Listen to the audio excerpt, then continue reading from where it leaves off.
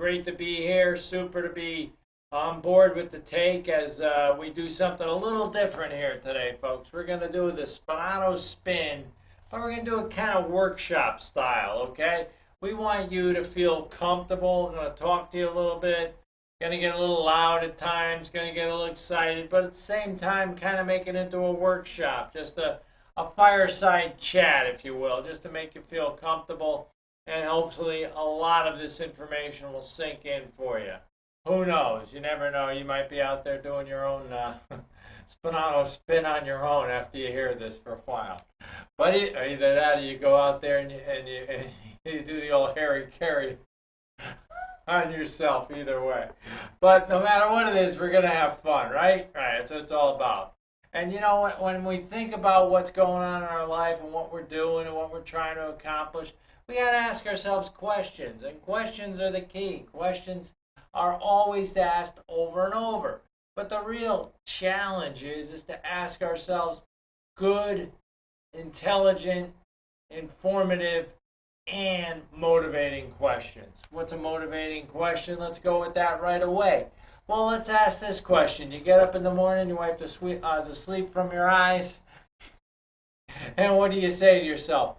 What's good in my life? What's good in my life right now?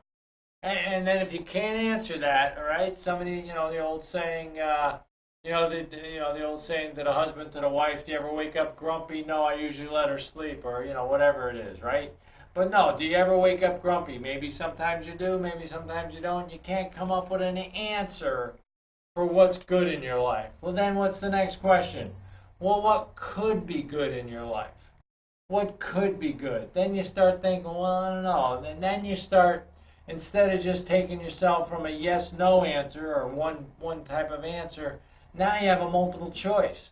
What could be good? Well, let's see. I got there's a blizzard outside. The snow's coming down like crazy. Well, what's good in your life? Well, I do have a snowblower that I haven't used yet. I'm anxious to see how it works. Oh, really? Well, why are you anxious to see how it works? Well, I'm anxious to see how it works because I paid $500 or $600 or $700 for it.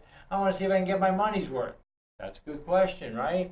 That could be good. Let's say it comes out to be something good. The snowblower works well. You blow all the snow out of the way. Everything feels good.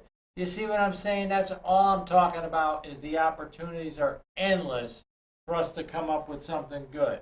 Then, as our day goes on, or maybe as you start your day, or maybe you do this for a few days in a row, asking that question, now you can start asking big boy and big girl questions like, well, what's good? No. How about what's great in my life? What's great in my life? Now you're into big pages. Now you're into something that can really make a difference in your life, right? What's great? Well, now all of a sudden you start getting this appreciative mentality. You start having a lot of respect for what's going on in your life. What's great in my life right now? Well, you know what's great in my life right now? Maybe you were hooked on some sort of a way in which you were doing something bad for yourself, and all of a sudden you turn things around. Or maybe there's an opportunity for a promotion, or maybe you just got a promotion, or maybe you're running a business and you're doing real well, and all of a sudden you're looking at the quarterly reports and everything's going really well. You might be able to own that second home before you know it. That's great stuff. Your son or your daughter might have got into a great institution, or your son and your daughter are moving up in their life, or maybe your son and your daughter are moving out. Maybe something good's happening, or maybe you're just a guy that tired of living in mom's basement, and all of a sudden you got a chance. You saved enough money. Now you're in an apartment, and all of a sudden the opportunity is going to come up where you're going to make more money. Maybe you can put down a down payment on a house. See, these are all things that could be great, can't they? Can't they be great for you, for me, for anyone? You got to start thinking that way. Those are the questions you need to ask yourself over and over again. When you hit your pillow at night, here's a good nighttime question. What else is there that still needs to be done? And where did we leave off? What work needs still to be done? When you go to sleep at night, and these are all proven facts and understanding about the subconscious mind, you let it marinate in your head. That one question over and over, what else needs to be done? You make sure that you figure out some sort of game plan to approach it the next day. So when you get up in the morning, you're excited, you're fired up. Then you can start asking the good questions again. What's good in my life? Okay, what's good? I'm going to work on this project that I thought about last night. I'm going to start getting things going. You see, it's all about the attitude, isn't it? You see, I took you from some sort of spot where you were, where you woke up with grumpy, and now all of a sudden you're out there and you're whistling Dixie, you're happy as a clam, right? That's what it's all about. It's all, I heard this before, it makes a lot of sense. First when they said it didn't really make as much sense, but now it does.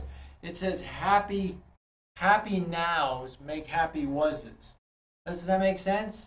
If you're happy and you have you're good now, you're going to have a happy was. That means you can draw upon your good experiences. You can remember things and a happy thought. Your attitude comes down to only two things. What you think about, what you wind up focusing on, what you're thinking about, and how you feel about what you're thinking about. That is what determines what your attitude's going to be. That determines your point of view, your perspective. See, it's all going to come down to that. It's all going to come down to how you start the day and how you keep rolling. One thing that they say as the day goes on, you start interacting with people and you start getting a feel for what's going on in your life. It's how you respond to it now. Now it's how you respond to it, or how you can deal with whatever setback you have. They say one of the hardest things to do, and most people can't do it, is manage their disappointments. Well, Robert Schuller, the man who passed away a couple of weeks ago, God rest his soul, one of the more influential people of our time, he said God's denials, God's delays is not God's denials. So the delay, whatever's happening now, whatever hasn't happened yet, don't worry about it. Keep focused on what you want. When you think about positive things, the best thing to think about with anything positive is that it already happened. It already happened. Now you're just waiting for it to come into fruition in reality. If it happens in your mind, it's going to happen in reality. But the question is, how much of a clear, concise mental picture can you make while this thing is marinating in your head? While you're thinking about positive thoughts? While you're starting to believe in yourself? While you're starting to believe that something good's going to happen? While you start believing that your dreams and things will be fulfilled? As we go through the day, we go through a lot of things. I heard this. Again, I keep saying I heard this, but believe me, I heard a lot of stuff. I got pretty sharp ears. But anyway, if you think about this, this is from the book. Okay, I'll go right to this one. This is from the book, The Course of Miracles. You know what they say? And see if this makes sense to you. All communication between two people is either a loving response or a cry for help. Think about that. I thought about that for a while. I told a couple people about it, and I noticed how they reacted. One person said, "Boy, that's only two choices. And those are pretty far apart." I said, "Yeah, but let's look at it this way. It's a course on miracles." Okay, that's what they're talking about. They're talking about a loving response or a cry for help. Well, you know what that tells me? That tells me either you found a way or you're on your way to a miracle, or you're asking for direction to get to that miracle. Isn't that really what it is? It really does come down to that. Either you've actually are in the middle of a miracle or in the process of completing a miracle, or you're crying for help. We need a miracle. We need something special. And don't we all need miracles? We all need miracles. We all need to believe that there's a miracle out there. And I'm not trying to get spiritual at all on you. I'm just saying, how do we tap in to the bigger part of the universe that we haven't tapped into yet? They say the brain. I've talked about this a number of times on the spin. The brain and the amount of understanding we have and how much use we really have for it is comparable to if we were just landing on Plymouth Rock and we went a few miles or a few, maybe I would say quarters the area, a few miles, like 20 miles, 30 miles into the United States, and we have no idea what else is on that, plane, what else is on that continent where we just landed. That's how much we know about our brain. We know only about the Plymouth Rock and maybe Jamestown down in Virginia. Maybe that's all we know.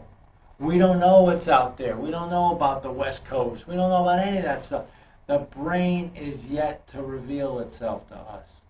You see, that's the miracle out there. That's the universe. We have no idea what's out there. The potential is unlimited. And I'll get back to other things and getting back to some more mundane type of thoughts. But let's think about this. You go through your day. You ask for something. Well, the Bible tells us if you ask, you will receive, right? Isn't that what it says? It says when you ask, you will receive. Well, let's see. I think it depends on another thing, too. I think it depends on how you ask. When do you stop asking for something? Do you just say, oh, well, nothing, it's not going to work out? Well, let me ask you this question. We've all had little kids, or we've all seen little kids. When do they stop asking for something? When they want something. When do they stop asking? They say, well, if it's not meant to be, I guess I won't keep asking for that little bike I want, or that, that ice cream cone I want. They don't do that, do they? You see, it's all in us. It's innate. It's all part of our being to keep asking over and over. The Bible says you ask until you receive. Receive what? Whatever it is you're asking for. You have to have a belief. That's what it's all about. Those are the legs underneath the chair. Or those are the legs underneath the table. Belief. Get strong with your belief. Work on your belief. Here's something about belief which is absolutely incredible. They say, and this is basically how they train elephants, okay?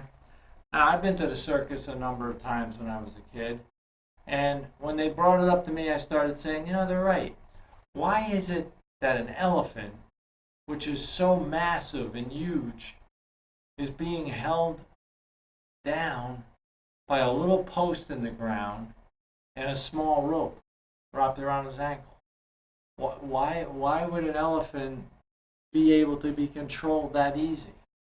How did that happen? Well, here's how it happens. And this is all about belief. This is all about your mind. This is all about whether or not you have developed your mind enough. The reason why the elephant doesn't try to break free is because when they were a baby elephant, the way they trained them was they took a spike and they drove it in the ground. They gave it a big, strong, hard rope. And the elephant, when it was a baby, tried to break free. Tried it over and over and over and over again. And it couldn't break free. So once it couldn't break free, after a while, what did it do? It gave up. The mind, the brain, just said, oh, well, that's my boundary. That's the end of it. That's the way the belief system is. Well, what is it about you? What is it about you that stops you from believing you can do something? What is it about you that stops you from not doing what you can? How do you know that little spike in the ground is nothing at all? There's a story many years ago I was told. One guy was afraid of dogs. And one dog chased him all over the neighborhood, and he ran away from the dog all the time. Turned out, one day he said, I'm going to stand up to this dog. I'm going to stop this dog from chasing me all over the place. I'm going to wind up chasing the dog. And you know what happened? He turned around, he started going after the dog, and the closer he got to that dog, you know what he noticed? The dog had no teeth. The guy was running away from a dog with no teeth. You see what I'm saying? You got to face your fears. You got to face your challenges. You got to expand your belief. We all have our own belief systems, don't we? We all have a certain limit. We all say, okay, no, I can't go that far. I can't do that much. Don't get me wrong. I'm not telling you to go outside and jump off a building and make sure you can believe you can fly. You can fly. We're not talking about that. We're talking about making yourself understand what your real beliefs are. And don't back them up with false information. Don't back them up with past information. Challenge yourself. You know, it's funny, I'm going to talk about this for a second real quick. You know, our society today challenges us and makes us seek comfort, don't we? You watch a commercial, what's it all about? Finding an easier way, doing this, doing that, you know, put the air conditioner on when it's hot, blah, blah, blah.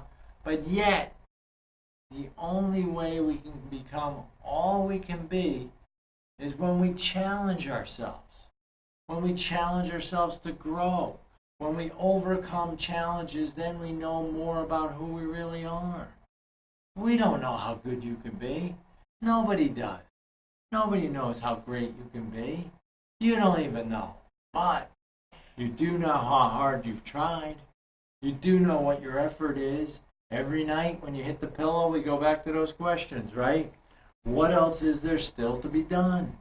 What else is there still to be done? What's great in my life now? What can I be proud of? What can I get excited about? It's all going to keep driving you during the day. Here's one thing I ran into. Two things I do that I hadn't done for a long time, but I started doing. And one thing I've done for a while now, if you ever want to visit me, I have a blog. It's called I Love to Work Out. Every day I post a question on it. Every day I let you know what I did for my workout. And every day I let you enter into my world. That's what I do. I show you whatever it is that I've done in terms of a workout, how I challenge myself that day. I show you a little bit about what I've been doing, and then I give you the question of the day. And every question that I set up is all about this. It's all about, on a scale of 1 to 10, with 10 being the highest, rate this statement. Rate this statement. I have a few I want to share with you in a minute, but I'll tell you what. When you rate the statement, you can give it that number, but then the question is, and you ask yourself, I'm not telling you to hand in the test and send me the quiz results or whatever. When you rate that number, I want you to ask yourself, why did you give it that number? Why does that number fall in? I'll show you one thing right here real quick. And the question is real simple. Just an example. All right, scale of 1 to 10, rate this. 95% of all persuasion happens in the subconscious mind. Rate that statement. Scale of 1 to 10. Whatever number you give it, give us your reason why you picked that number. 95% of all persuasion happens in the subconscious mind. Think about that. Most people don't even know what the subconscious mind is. And they're being persuaded. You see, I was talking about something real simple, real basic, and I think I went off on one of my mentors back in the day, Tangent Man, we used to call him. He'd keep going off on tangents. But anyway, what we were talking about was really about asking those super questions in the morning and letting them carry you through the day. But also we were talking a little bit about, we seek comfort, and we think that's okay. It's really not okay. It's challenging yourself that it's all about. Jim Rohn, a great motivational speaker, asked one question. He used to ask it to the audience all the time. He'd say, tell me, how big does a tree grow? Well, somebody would say, well, it depends what tree you're talking about. Okay, how big does any tree grow? And they look at him dumbfounded. They don't know what he means, or they don't understand. They don't have the answer. Well, Jim Rohn gives them the answer. You know what he says? As big as it can. As big as it can. How big does a human being grow mentally, physically, socially, and spiritually? Should grow as big as you can, right? You should make sure that there's no doubt that you did not limit yourself. You did not put restrictions on what your opportunities are. This is the country where there's nothing but plenty. Okay, there's nothing but plenty, and there's no reason why anyone should want for anything. It's all right there for us. It's kind of like what they say. There's not any other countries where they're building rafts to get here. There's no other country where people are saying, boy, if I ever get to Poland, things will be great. People aren't saying that, are they? They're saying, boy, if I can get to the United States, that would be fantastic. Why? Because we have an abundance of opportunity. We have such a chance of doing something special, all of us in all of our lives. Like I said, we don't even know what the capacity of our brain really is. We don't even know what's really out there until we seek it. Again, ask, and you shall find. Seek, and it shall be brought to you. Do what you have to do. Spend the time. Find something. Come up with a game plan. Do something for yourselves. Now, as we look at it, I'm going to ask you something real quick here, and I'm going to take advantage of the opportunity while you're thinking. Anyway, as we take this advantage of what we're thinking about right now, we have to decide, what are we doing to make everything worth it? What are we doing to develop our opportunity? You know, you're only given, here's two stories I'm going to tell you real quick, okay? We're only given two things in life that is absolutely, positively guaranteed. You say, well, what are they? Okay, I'm going to tell you. Number one, it's an opportunity. That's what we get. We're all guaranteed an opportunity. And you know what else we're guaranteed with that opportunity? A hard time. That's it. Those are guarantees, right? Those are your guarantees. You get a chance, and it's going to be tough. But it's up to you what you make of it. That is the reality for you, right? It's what you do with that opportunity and how you overcome those challenges is really what you're like. Well, what about the guy that gets a silver spoon, and he wakes up in the morning and everything's all done for him. He's got a butler and a maid, and everybody takes care of him, and he's got daddy's money and blah blah blah. Well, that's his opportunity, right? Now, what's the hard time? Maybe he's not happy. Maybe he doesn't understand what he has. Maybe he thinks it's a raw deal that everything gets done for him. That's his challenge, right? That's his hard time. He's got to deal with himself. How many stories have we heard about kids born with the silver spoon? They all turn out great? No. It's all what you make of it. Then we hear stories about people that got nothing. Nothing. They wake up, days tough and tough and tough, but somehow they make an incredible life out of themselves. Why? Because they took that opportunity and they made it into something, and they overcame those hard times. They overcame those hard times. I'm going to hit you with a couple of sales pitch ideas here real quick, but years ago I was in a business. It was real simple. We had a great opportunity. And one of the closing statements we'd always make in a live seminar, a bunch of people sitting around, and we'd say, okay, well, there's the opportunity. There you are right there. And some people sit back in their chair and say, well, I don't know about this. This doesn't look good for me. Or some people saying, wow, this is unbelievable, blah, blah, blah. Same talk, too. Isn't it funny? Some people think it's great. Some people wonder what's going on. And other people have no interest, all right? But that's life. That's just the way it is. But anyway, here's the question we would ask.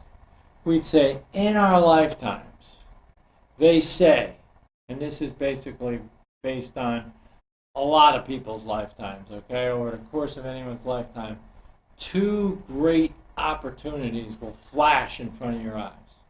They'll just flash in front of your eyes. You might be able to see them, you might not, but they're there, okay? Those opportunities are there. Agreed? Most people say, yeah, I agree. Okay, that sounds great. Well, let me ask you this question.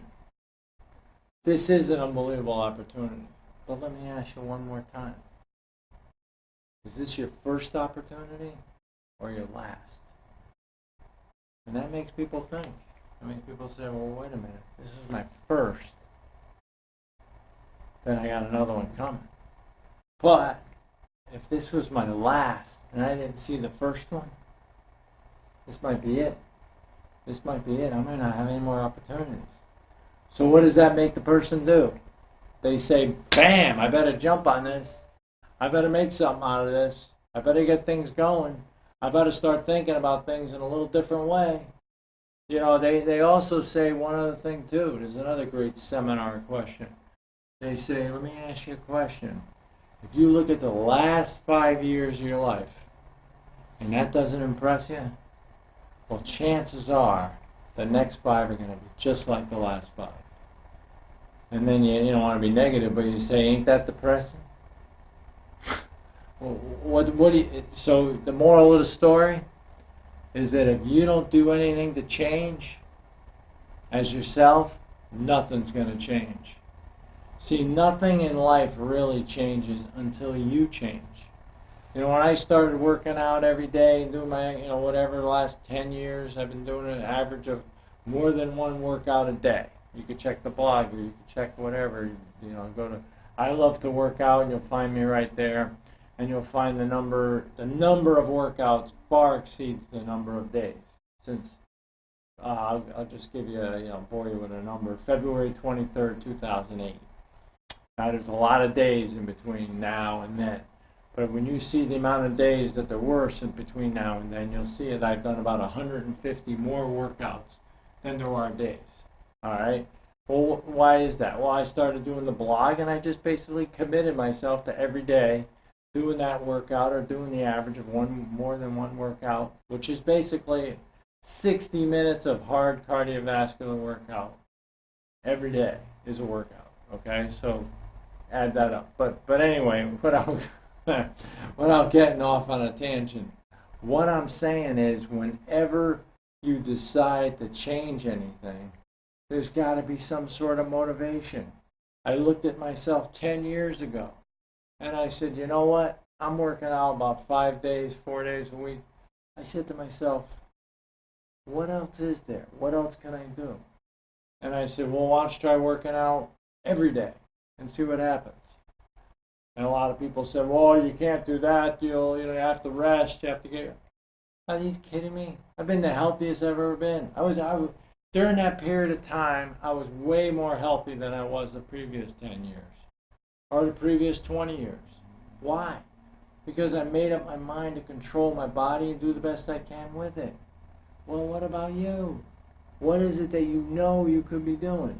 Here's a good recipe for, let's call it disaster first, then we'll switch to a good recipe for success. Here's what it is. It comes down to could, should, and don't. Alright? That's bad. But what's worse is could, should, and won't. Now you got a psychological problem. If you could do something, and really you should do something, but you don't, maybe you just neglected it and you let it slip away, you really didn't. But if you could, should, and won't, that really means you don't want to do it. Why not? What's stopping you? Who's stopping you? You got to understand, you all have an opportunity to do whatever it is that you believe you could do. You all have an opportunity to do everything you believe you should do. And you should never stop short and talk yourself out of things. You know what they say, you got to become a great debater. You got to be able to debate the negative part of your mind with the positive side. And you got to help that positive side win every time. That positive side's got to win those debates every time. And the reason why is because you'll wind up doing bad things for yourself and negative things for yourself.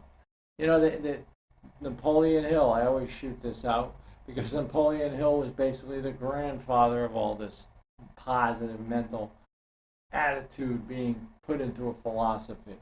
But Napoleon Hill, and I pointed this out before, only got this information because he took the time over a 20-year period of time and interviewed 500 of the world's most successful people.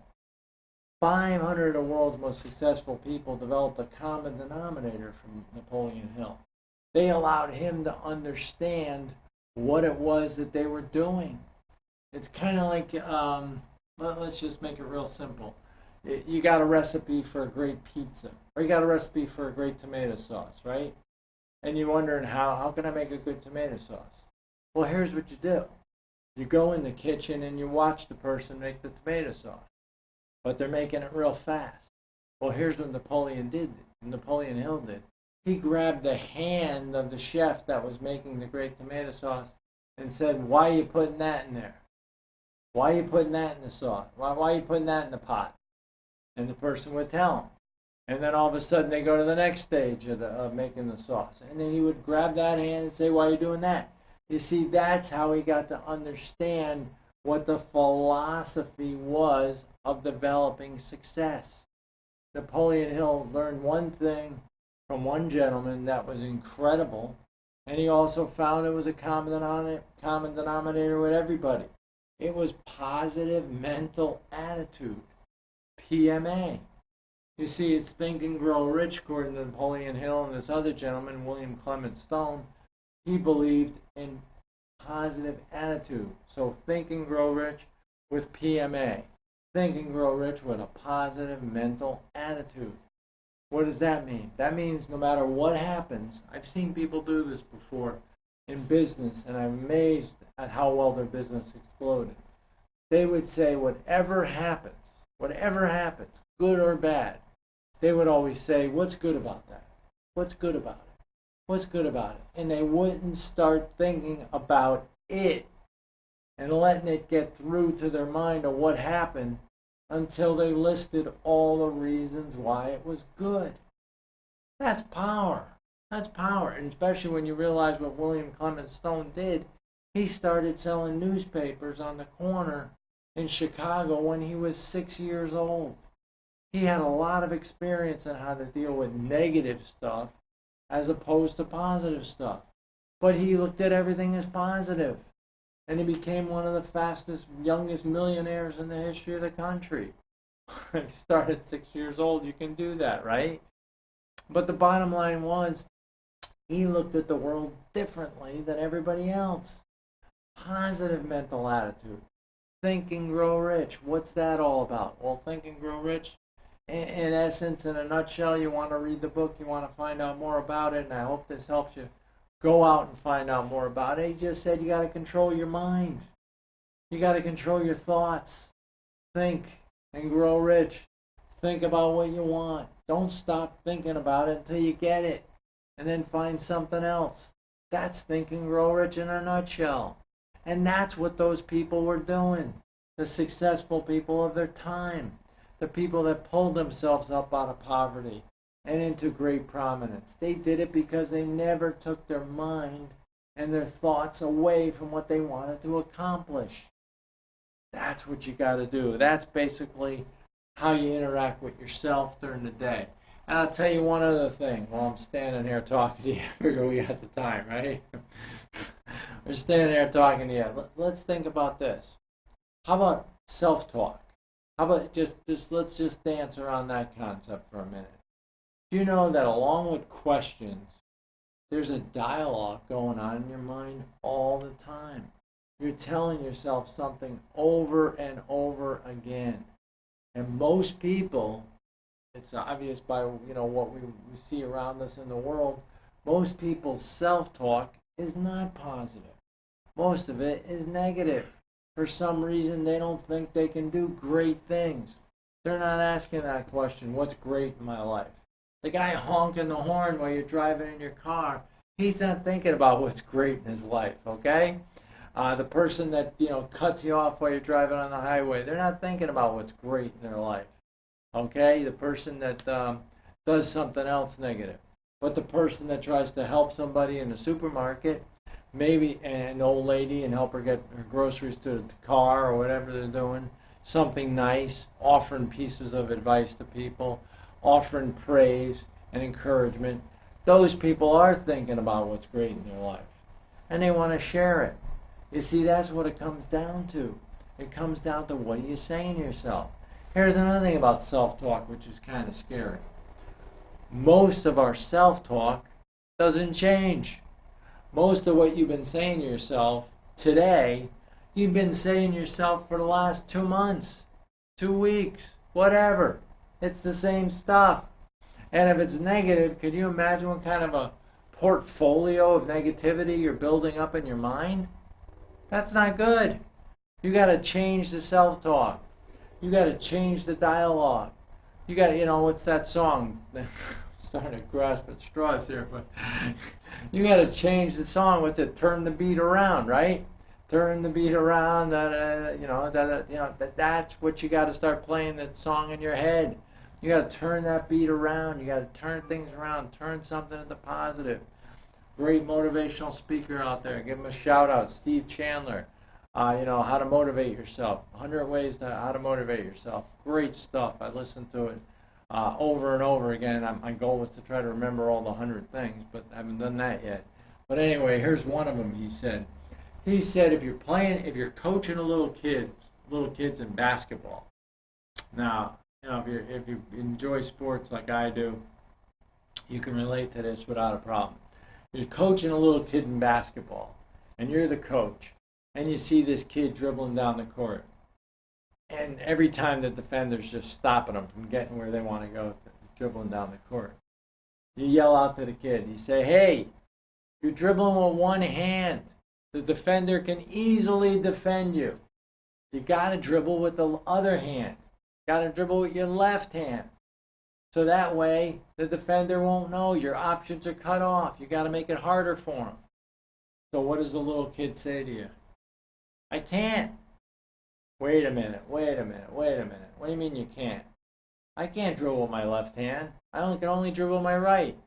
He said, wait a minute. The only reason why you can dribble with your right hand is because that's what you've been doing most often. That's because you've been taking so many bounces with your right hand, you haven't tried with your left hand. So it's not really a case that you can't, it's just that you haven't. It's the simple thing of developing a habit. All you got to do is develop a habit. Start dribbling with your left hand. And if you log in enough bounces, you'll be able to dribble just as well as you can with your right. You see, once they start developing that habit of dribbling with their left hand, and they realize that they could do either one, as a young age, and of course at any age you want to start telling people about this, they'll start realizing you were right. It was just a question of developing a habit. See, that's basically what you do with your mind. You start thinking about positive things. Shout out to this gentleman that I met long ago, Mark Marcassani. I met him years ago. He said, all I learned about positive attitude, I practiced. And when I learned it and I understood it, it helped me become successful. He goes, for example, whenever anything would happen to me, I would always say, what's good about this? What's good about this? So he told his brother about it. His brother was in college, and he had a car accident. But he was okay. Nobody got hurt. But he smashed up his car. And everyone in college, everyone's kind of in a close-knit group. So everyone was coming up to him and saying, geez, I think his name at the time was Don. Don, I heard about your car. I think that's really bad. I'm glad you're okay. You know what Don said? Don said, that's okay. I didn't get hurt. I realize now what I have to do when I drive the car, and I'm just thankful that everything is okay. I'm just really thankful, and I'm really appreciative that you were concerned about me. And everyone came up to him over and over. And this teacher, this professor, was sitting there watching all these people come up to him, and he kept saying the same thing over and over. Positive, positive. Even during the weeks, all of a sudden the professor says, I've always thought about that positive attitude stuff, but I never really cared about it that much. But you know what? You've impressed me so much with your attitude. I think I'm going to give you a car. And the kid goes, what do you mean, Professor, you're going to give me a car? He goes, well, I got this old car. It runs pretty well. I was going to give it to some, relative of ours. They didn't get their license yet, but when they gave the license, I was going to give it to them. But I'll tell you what, you impressed me so much with that, and I've worked on that, and I've done a lot of those things that you're saying now. Always look for something positive whenever anything negative happens. I'm going to give you the car. And the guy goes, well, what kind of car is it? And it turned out to be a very more up-to-date car than what the kid smacked up. And he goes, well, I can't afford the insurance on that. I can't afford the insurance on that. Thank you very much, but I appreciate it. You're really kind to me. I appreciate it. And you know what the kid, you know what the teacher said? And the professor said to him, he said, well, I'll tell you what. I'm going to give you $2,000 for this year's insurance. Here. And he wrote him out a check and he gave him $2,000. What does that tell you? What does that tell you? You never know. You never know what can happen. You never know what's coming around the corner. He had a positive attitude, and he influenced somebody else that he actually had a little bit of a negative attitude into having a positive attitude. He was consistent with it. See, he was the kid dribbling the basketball. He only knew how to dribble the basketball with the right hand. Now all of a sudden he knows how to dribble with the left hand. He knew how to get the positive thoughts going in his head. He showed it to somebody else, and they appreciated it. I'll tell you, I want to just say thanks a lot for listening, and I want to start asking you a couple hard questions now, not the real easy ones. What about you? What about you? Are you going to be the kid that just sits there and says, woe is me, when your car gets smacked up or whatever? Are you grown up and said, woe is me, or are you going to be positive about it? What about you going forward with your goals and your dreams and what you really want to accomplish in life? Has that time come? Has it gotten tough enough for you where you could finally do something? Tell you a story about the old dog sitting around. The guy, traveling salesman, shows up at some farmhouse, hears this awful sound, and says, "Oh my God, what is that sound?" And the farmer says, "Well, that's Old Blue. What about Old Blue? Old Blue must be sitting on a nail." And he goes, "Oh my God, what an awful sound. Why doesn't he get off the nail?" And you know what the farmer says? Says, "I guess it's not hurting Old Blue enough." Well, what about you? What are you moaning and groaning about? When are you going to get excited? When are you going to start feeling great about yourself? When are you going to get up and start writing all the positive things down that are great in your life, important, that you really want to accomplish? Go for it. Don't slow yourself down. Speed yourself up. Make yourself feel great and important. And, get those wide eyes. Get those big eyes like a kid. You're 15 years old, whatever you are. If you're 15 years old, act like you're 12. If you're 22, act like you're 15. Act like you're a child of enthusiasm, a child of curiosity. You can't get enough. Enjoy life. Make things happen for yourself. Be positive. Do all the things you know you need to do. Could, should, would, must, all that stuff. You got to get going on those things. We're only here for a flicker. That's all there is to it. If you're not excited and fired up and doing everything you want to do, go in the closet and give yourself a pep talk.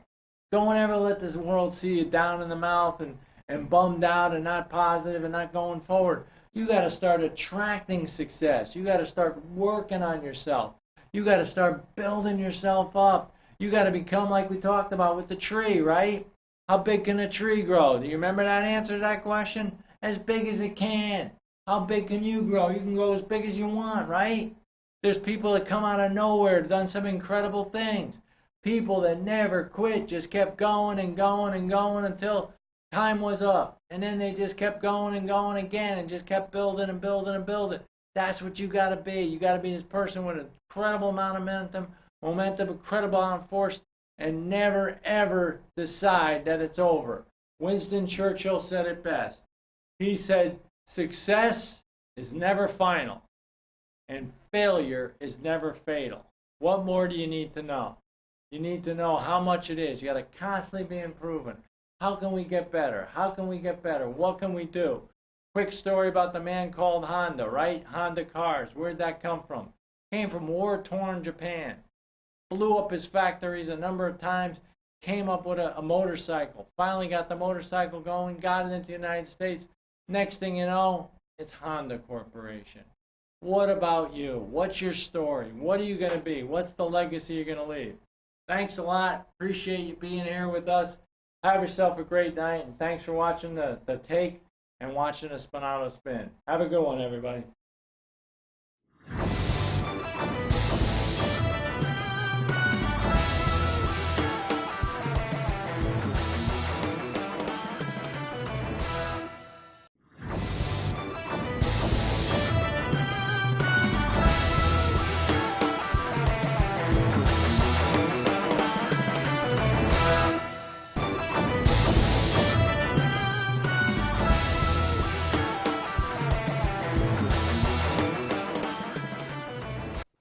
right, we are back with another Spinato spin. Hope you had a great week. Hope everything's going well for you.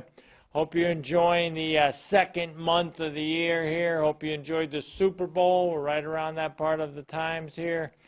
Super Bowl 51 was played. We all know about that. There was a winner, a loser, and a lot of scratching heads.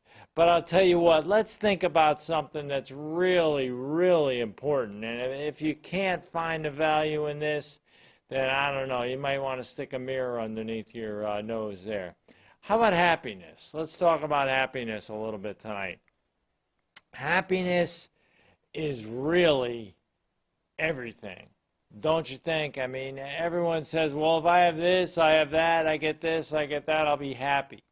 Well, I don't believe that, and I've done a little bit of research on it over the years, and I've understood a lot of concepts of it. See, happiness is not a destination. Happiness is the way. Happiness is the way. They did a study, a bunch of Harvard people and a bunch of psychologists, or actually they called themselves positive psychologists, did a study and they said, well, how does it work? Does it go this way? Does it go where when you get this and this, then you're happy? What? No, it doesn't go that way. It goes the other way. It goes if you're not happy, you're not going to get where you gotta go. You're going to wind up in a situation where most of the people that get all the way to the end, get all the way where they want to go, and all of a sudden they say, well, why aren't I happy? Well, you're not happy because you weren't happy to begin with. You got to be happy all the way till you get there. You know, I heard this one example, and this rings true with this concept right here. It says, what's the best definition of a winner? Well, the best definition of a winner is somebody who'll stay excited until they get the job done. Stay excited till they get the job done.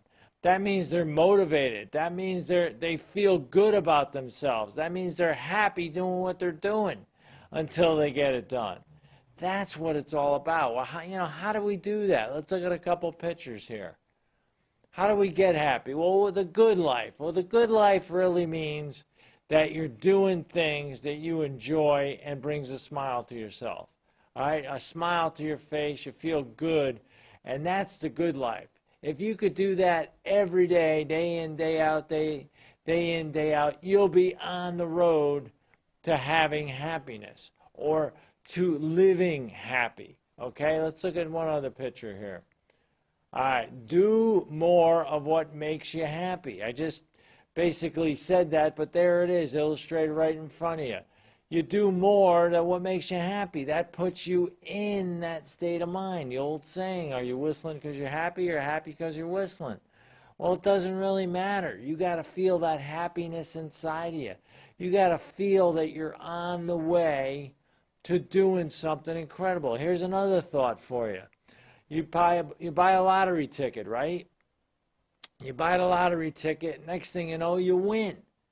You're all excited. You are happy, right? You won well, why are you happy? You're happy because you're going to get all this money. Well, let me ask you a question. Where's the money? You didn't get the money yet, but yet you're excited and you're happy. Do you get it? You didn't get there yet. The money's not in your hand, but yet you're excited and you're happy and you're feeling all this happiness. Happiness is the way. It's not the destination.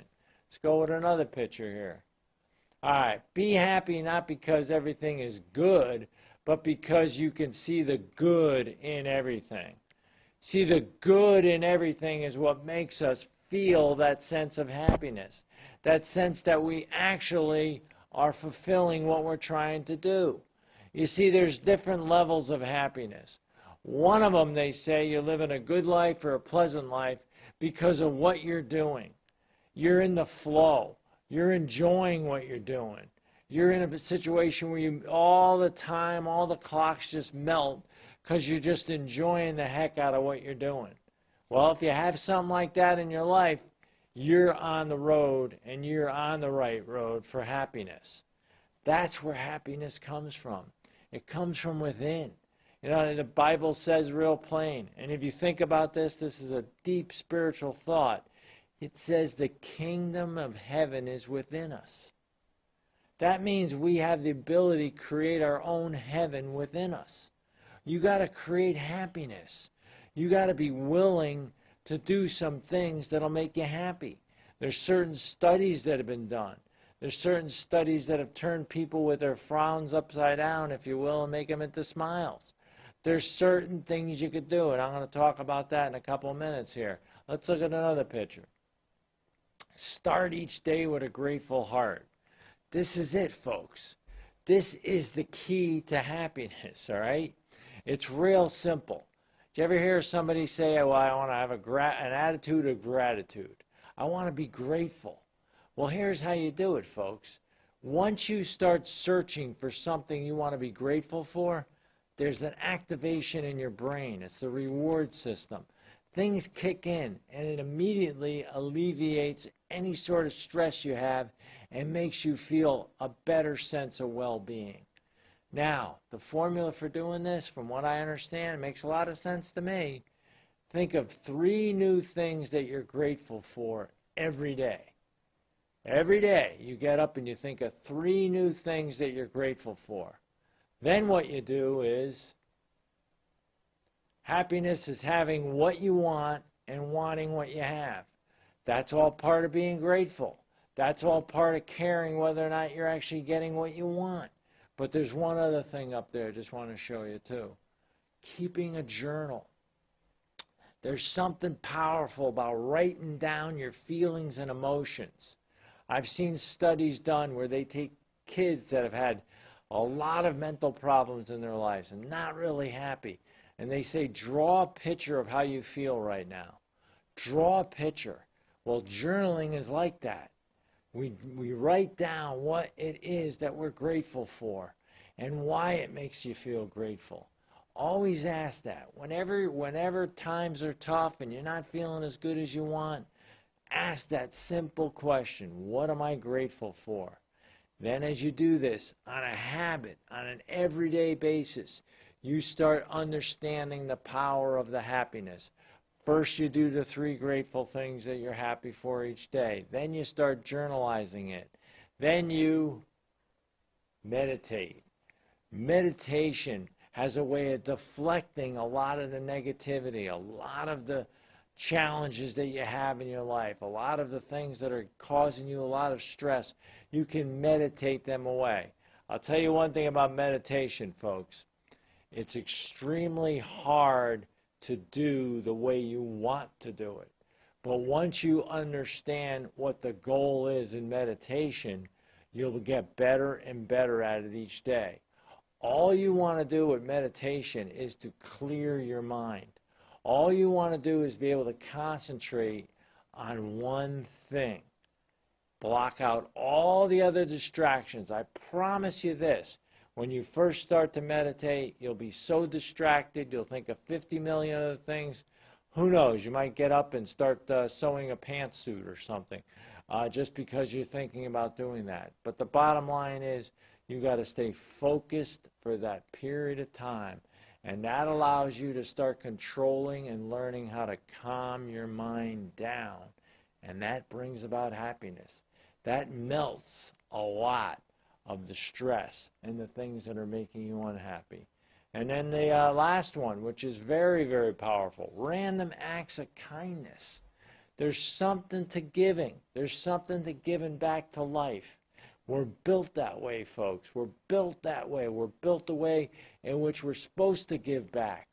Deep inside of us, there's certain things that are triggered in the brain when we start giving back for what we have. A random act of kindness can be anything. Can you show that one again? Just a whole bunch of stuff. Surprise another person with a treat. Show somebody that you care about. Smile at somebody you never smiled to. Learn how to pick up things that normally people wouldn't do. Befriend someone new. Listen to somebody. Talk to somebody. Give them a very good compliment, a sincere compliment. There's millions of ways you can do random acts of kindness. One of the best suggestions in today's technology is just send a random email to somebody that you know expressing your gratitude for them being in your life. Those are all the things you do. You do that once every day. Every day you do those 4 things we just talked about, and I promise you in 21 days your life will turn around. It is known fact. It is a known neurological fact that the sense of happiness will start coming over you. And the more you do things over and over, the more of a habit it becomes. So I'll wrap it up with this. Smile every day, or do things that make you smile every day. Make sure you keep yourself doing stuff you're good at, that you enjoy doing. And more importantly than anything else, make sure that you do something for other people. Make sure you do something that puts a smile on somebody else's face. Do that. And I'll tell you what, folks, it's been fantastic talking to you about it. And I'm happy just talking to you about it. Just let it overflow you, let it wash over you, and I hope you have a great week. Thanks a lot for listening.